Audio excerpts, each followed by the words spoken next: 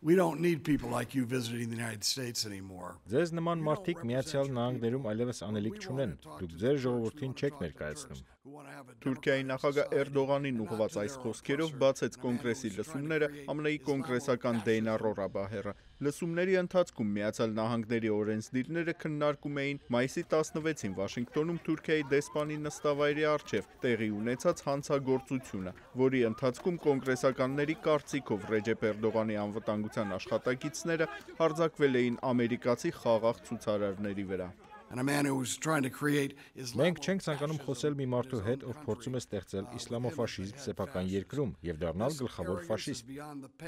Կոնգրեսական Ռորաբահերի կոչը միանշանակ էր։ Էրդողանն այլևս երբեք չպետք է Միացյալ Նահանգներ հրավիրվի։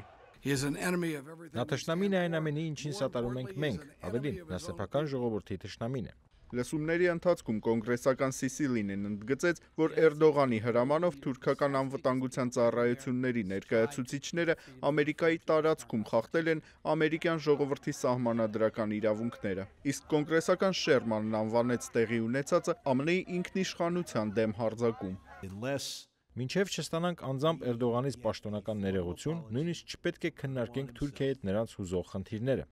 Հիշեցնենք, որ ԱՄՆ-ում Թուրքիայի դեսպանությունը հայտարարության մեջ նշել էր, որ թուրքական անվտանգության աշխատակիցները ստիպված էին միջամտել Էրդողանի անվտանգության պահպանման նպատակով։ Կոնգրեսական Շերմանի խոսքով, սակայն, տեսագրությունն ապացուցում է, որ Ռեջեփ Էրդողանին որևէ վտանգ չէր սպառնում հեռավոր տարածության վրա հավաքված շուրջ 10 խաղաղ ցուցարարներից։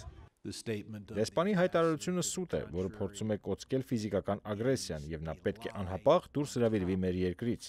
Լսումներին հրավիրված տուժածներն ու փորձագետները ներկայացրեցին տեղի ունեցածի պատկերը։ Մասնավորապես Վաշինգտոնում Հայդատի հանձնախմբի գործադիր տնօրեն Արամ Համբարյանի կարծիքով հարձակումը սկսվեց անսպասելի, կարծես հրամանով։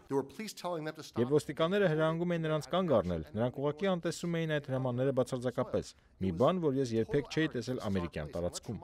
Ջոնս Հոփքինսի համալսարանի դասախոս նախկին դատախազ Ռութ Ուիջվութը իր կողմից խորհուրդ տվեց արդեն հիմա հետաքրքրվել, թե որտեղ է Էրդողանը պահում իր միջոցները, քանի որ եթե տուժածները քաղաքացիական հայցով դիմեն ամերիկյան դատարաններ եւ հաղթեն դատը, ապա հնարավոր կլինի այդ միջոցները սառեցնել տուժածներին փոխհատուցում վճարելու նպատակով։ Ամփոփելով լսումները կոնգրեսական Թեդ Փոն նշեց, որ ԱՄՆ-ի պատասխանը պետք է լինի կոշտ եւ միանշանակ։ Մեր ուղերձը աշխարհի բոլոր բռնակալներին պետք է լինի մեկը։ Մի վնասեք Ամերիկայի քաղաքացիներին եւ նրանց սահմանադրական իրավունքներին, հակառակ դեպքում կզղջաք այն օրվա մասին, երբ դա արեցիք։